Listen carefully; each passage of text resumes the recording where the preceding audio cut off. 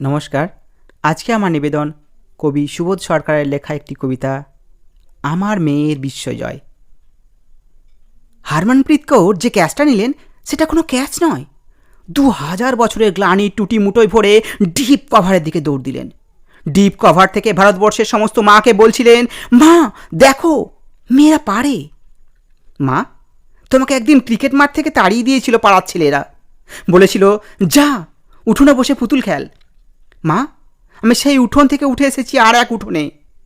মধ্যরাতে ঘরে ঘরে 60 কোটি চোখ তাকিয়ে আছে যে উঠোনের দিকে, সেই নবী মুম্বাইয়ের ভরা স্টেডিয়াম থেকে বলছি মেয়েরা পারে। 3 স্পিনার রাধা যাদব, দীপ্তি শর্মা, শ্রীচরণী, কই তাদের কানের দুল? কোথায় গেল লিপস্টিক? যে কানের দুল দেখে রবি শাস্ত্রীরা কমেন্ট্রি বক্স থেকে মেয়েদের চিনে নিতেন কে ভালো, কে আরও ভালো।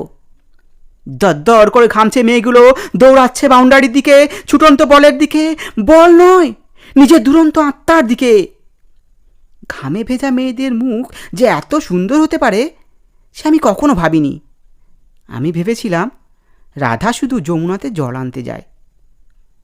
বাংলার মেয়ে রিচা ঘোষ বললেন, একটাই কথা ছিল, শরীরে শেষ বিন্দু দিয়ে দিতে হবে। সৌরভ যা পারেননি, রিচা সেই বিশ্বকাপ হাতে ধরলেন। 22 রাত না ঘুমিয়ে যে মেয়েটা মাঠে নেমেছিল সে আরও 22 রাত জাগতে পারবে। স্বপ্ন কাকে বলে? যা আমরা ঘুমিয়ে দেখি? না না না, স্বপ্ন বলে তাকে যা আজীবন ঘুমোতে দেয় না। গত 50 বছরে যত ভ্রূণ হত্যা হয়েছে তারা আজ বলছে, আমাদের একটা মাঠ দাও, আমাদের একটা বল দাও, আমাদের একটা ব্যাট দাও, আমাদের মেরে ফেলো না, আমরাও পারি। ঘরে ঘরে, পাড়ায় পাড়ায়, রাস্তায় রাস্তায়, মেট্রো রেলে, এরোপ্লেনে, ভাবা অ্যাটমিকে, নাসায়, বুকার প্রাইজে, ক্ষেপণাস্ত্রে, প্রতিটি জয়ে প্রতিটা কন্যা ভ্রূণ উঠে দাঁড়িয়ে বলছে, কি বলছে? মেয়েরা কি বলছে?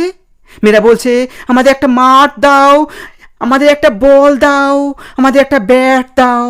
আমরা সারা ভারতবর্ষকে আনন্দে, নবীন আনন্দে, গভীর আনন্দে, ইঁট চাপা আনন্দ থেকে ইঁট সরিয়ে মাতাল আনন্দে, তুরীয় আনন্দে সমুদ্র হিমাচল কাঁদিয়ে দিতে পারি।